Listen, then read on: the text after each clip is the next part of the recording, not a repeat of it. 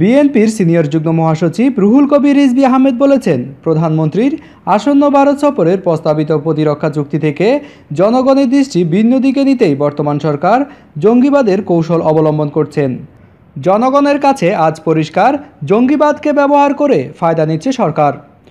21 March মঙ্গলবার নয়াপল্টনে দলের কেন্দ্রীয় কার্যালয়ে সংবাদ সম্মেলনে এসব কথা বলেন তিনি বলেন, জঙ্গি দমনে সরকারের রহস্যজনক আচরণের কারণে জঙ্গিবাদ এদেশে নির্মূল হচ্ছে না।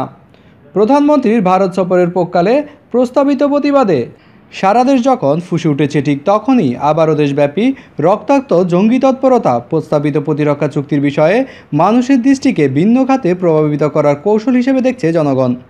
রিজভী ইংরেজি দৈনিক ইন্ডিপেন্ডেন্ট পত্রিকার প্রতিরক্ষা চুক্তির বিষয়ে প্রকাশিত একটি প্রতিবেদন উল্লেখ করে বলেন, পত্রিকাটির মালিক প্রধানমন্ত্রীর উপদেষ্টা।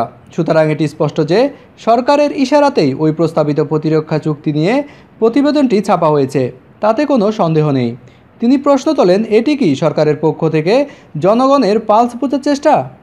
এলজিআরডি মন্ত্রীকে উদ্দেশ্য করে রিজভী বলেন, গণমাধ্যমে এত খবর বের হচ্ছে, আপনাদের দলের বিভিন্ন নেতা প্রতিরক্ষা চুক্তি বিষয়ে নানা কথা বলছেন, অথচ যে বিষয়টি আপনার মতো ক্যাবিনেট মন্ত্রীরা জানেন না, নাকি বেমালুম চেপে যাচ্ছেন। এখানেই তো আসল রহস্য লুকিয়ে আছে।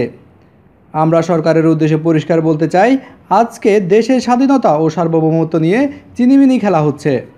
বিএনপির এই নেতা বলেন, প্রস্তাবিত চুক্তির বিষয়ে এমনও শোনা যাচ্ছে যে দুই দেশে সম্মিলিতভাবে রাষ্ট্রের নিরাপত্তা বিধ্বংসী কোনো গুরুত্বপূর্ণ পরিস্থিতি সৃষ্টি হলে একসঙ্গে মোকাবেলা করবে। এর অর্থ হচ্ছে বিভিন্ন অজুহাতে বাংলাদেশের অভ্যন্তরে ভারতের হস্তক্ষেপ করার সুযোগ করে দেওয়া। এর ফলে যা হবে সেটি হবে ভারতের আগ্রাসী কর্মকাণ্ডের বিরুদ্ধে বাংলাদেশের সোচ্চার জনগোষ্ঠীকে যাতে দমন করা যায় সহজে। বর্তমান সরকারকে দেশের স্বার্থ বিসর্জন দিয়ে ভারতের সঙ্গে প্রতিরক্ষা চুক্তি না করার আহ্বান জানান রুহুল কবির রিজভী।